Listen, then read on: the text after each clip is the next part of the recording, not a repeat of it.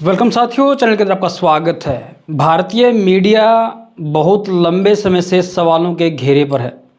इस बात को विदेशी जो लोग हैं, विदेशी जो जनता है, वह भी अच्छे तरीके से जानते हैं।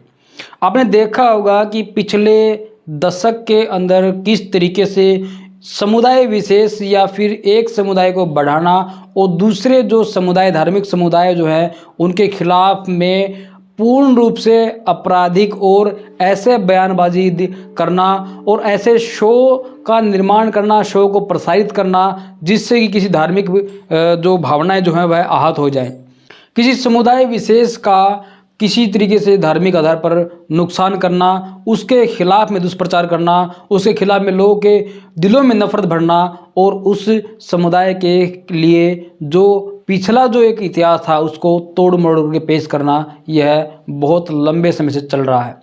आपने देखा होगा कि पिछला जो दशक है वह गोदी मीडिया का, ब्राह्मणवादी मनु मीडिया का जो स्वर्णिम एक समय रहा है। इस स्वर्णिम समय में इनके ऊपर बहुत सारी एफआईआर भी दर्ज हुई है और उसके साथ में एक खास बात आपको बता दें कि इन लोगों को 21 दिन तक भी सज़ा भी हुई। आप लोग जो देख रहे हैं, ये जो गोदी जो पत्रकार जो हैं, 4 पत्रकारों के जो नाम है वह हम लोग आपको बताएंगे, जिनके ऊपर लाखों रुपए का जुर्माना लगा है और सख्त हिदायत दी है कि आप लोग 1 हफ्ते के अंदर इन सभी कार्यक्रमों को डिलीट करिए, नहीं तो फिर आपके ऊपर कार्रवाई होगी। अगर कार्रवाई की जो सज़ा जो है अगर वह आप भुगत नहीं पाएंगे तो देखिए कि पूरे भारत में कितनी बड़ी बेइज्जती होगी। वैसे इन लोगों को किसी भी तरीके से कोई फर्क नहीं पड़ता है क्योंकि यह बड़े घराने हैं और इनके ऊपर जो जुर्माना जो लगाया गया है वह बहुत ही ज़्यादा कम लगाया गया है। क्योंकि अगर देखा जाए कि जो टाइम्स नाउ, जो नव भारत जो जैसा जो बड़ा जो टीवी जो मीडिया चैनल है, उसके ऊपर 1 लाख रुपए का जुर्माना लगा है। उसके साथ में न्यूज़ 18 जो है उसके ऊपर 50,000 रुपये का जुर्माना लगाया गया है। और इसके साथ में आपको एक खास बात बता दें कि जो तिहाड़ी, जिसको हम लोग सुधीर तिहाड़ी के नाम से भी जानते हैं, जो कि तिहाड़ जेल में रह करके आए थे, उनको सख्त हिदायत दी है कि आप सुधर जाइए, नहीं तो आपको सीधी डायरेक्ट सज़ा होगी। और इसके साथ में आपको एक खास बात बता दें कि पिछला जो श्रद्धा का जो एक हत्याकांड था, उस श्रद्धा के हत्याकांड को लेकर के इन लोगों ने जिस तरीके से लोगों को मैनिपुलेट किया था, उनके दिलों में जो नफरत भरी थी, एक समुदाय विशेष को एक अपराधी की दृष्टि से दिखाने की जो एक कोशिश थी, वह इन लोगों ने पूर्ण रूप से सफल बनाने की कोशिश की है। आपने देखा होगा कि भारत के जो युवा हैं वह किस तरीके से धर्म के अंधजाल में फंसते चले जा रहे हैं, लेकिन दूसरी तरफ इंद्रजीत घोरपड़े जैसे जो लोग हैं वह देश को बचाने के लिए लगे हुए हैं। उन्होंने अपनी जो पूरी की पूरी जो एनर्जी जो है वह उन न्यूज़ चैनलों के ऊपर शिकायत दर्ज करवाने में लगाई, जो कि देश के अंदर नफरत फैलाना चाहते थे। देश के अंदर नफरत फैलाते हुए जो चैनल लगातार गूंज रहे थे, उनके खिलाफ में इंद्रजीत घोरपड़े जो है वह अपना मोर्चा बहुत लंबे समय से खोल चुके हैं और उन्होंने बताया है कि वह इस तरीके की शिकायतें हैं वह लंबे समय से कर रहे हैं। लेकिन अब की बार जो शिकायत जो है, जिस तरीके से जुर्माना लगा है, उससे भी वह संतुष्ट नहीं है। उससे अब संतुष्ट इसलिए नहीं है क्योंकि पहले भी जो शिकायत की गई थी उनके ऊपर जुर्माने वगैरह लगे हैं और न्यूज़ एंकरों को जेल तक भी हुई है, उनकी गिरफ्तारियां भी हुई हैं। उन्होंने 3-3 हफ्ते तक तिहाड़ में गुजारे हैं, लेकिन फिर भी वह सुधरने का नाम नहीं ले रहे हैं। इससे जो न्यायिक जो व्यवस्था है, हमारी जो सूचना जो व्यवस्था है, उसके ऊपर भी बहुत बड़े बड़े सवाल खड़े होते हैं। आपको एक बात बता दें कि इंद्रजीत घोरपड़े जैसे जो युवा जो हैं वह उन लोगों से, उन युवाओं से लाख गुना अच्छे हैं जो कि धर्म का जो नशा है वह लोगों में फैला रहे हैं।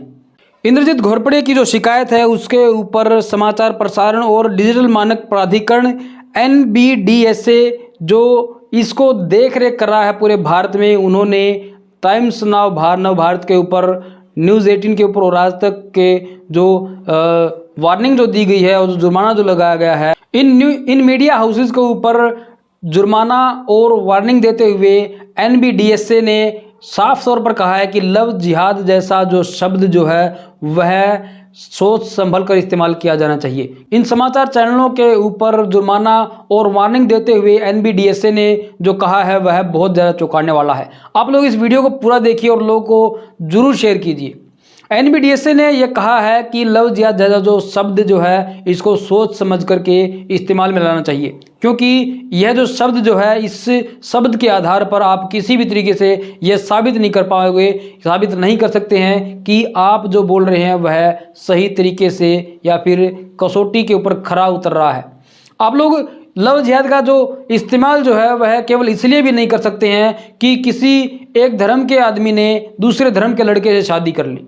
आप लव जिहाद शब्द का जो इस्तेमाल है वह तब भी नहीं कर सकते हैं कि एक समुदाय के लड़के ने एक लड़की से शादी कर ली हो और उसके बाद में उसके साथ में कोई दुर्घटना हो गई हो। आप लव जिहाद का जो इस्तेमाल है वह तब भी नहीं कर सकते हैं या फिर उसका ध्रुवीकरण तब नहीं कर सकते हैं कि अगर किसी ने कोई ऐसा काम किया हो लेकिन पूरे समुदाय को आप लोग दोषी ठहरा रहे हो। आप लव जिहाद का इस्तेमाल तब कर सकते हो जब किसी विशेष समुदाय के लड़के ने किसी लड़की से शादी की हो और उसका शादी और शोषण करने का मतलब केवल धोखा था, तब वहां पर आप लव जिहाद का इस्तेमाल कर सकते हो। नहीं तो इसके अलावा आप कहीं पर भी लव जिहाद शब्द का इस्तेमाल सामान्य तौर पर नहीं कर सकते हैं। आपको कुछ सबूत हम लोग पेश करना चाहेंगे जो कि आप लोगों के लिए बेहद जरूरी है। यह तस्वीर देखिए, यह पोस्टर देखिए, यह टाइम नाउ नव भारत का है और इसके जो संपादक जो हैं, जो कार्यक्रम होस्ट जो है वह हिमांशु दीक्षित हैं। उसके साथ में ही इसका जो टाइटल जो है आप लोग देख सकते हैं, लव तो बहाना है, हिंदू बेटियां निशाना है। इस तरीके के जो कार्यक्रम है वह सामान्य तौर पर लोगों के सामने पेश किए जाते हैं और उनके दिलों में जनता के लिए, विशेष समुदायों के लिए नफरत भरी जाती है। दूसरा जो एक पोस्टर है वह भी आप लोग देख लीजिए।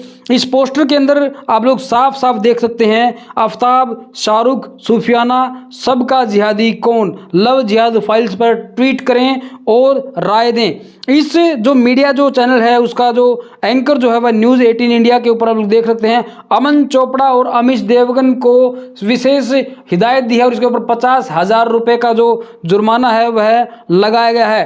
इनका जो टाइटल जो है आप लोग देख सकते हैं कि लव जिहाद बहाना है, एक मजहब निशाना है, देश नहीं झुकने देंगे अमन चोपड़ा के साथ में। इस तरीके की जो बातें हैं वह लगातार इन्होंने फैलाई हैं और जनता के अंदर खूब जहर घोला है।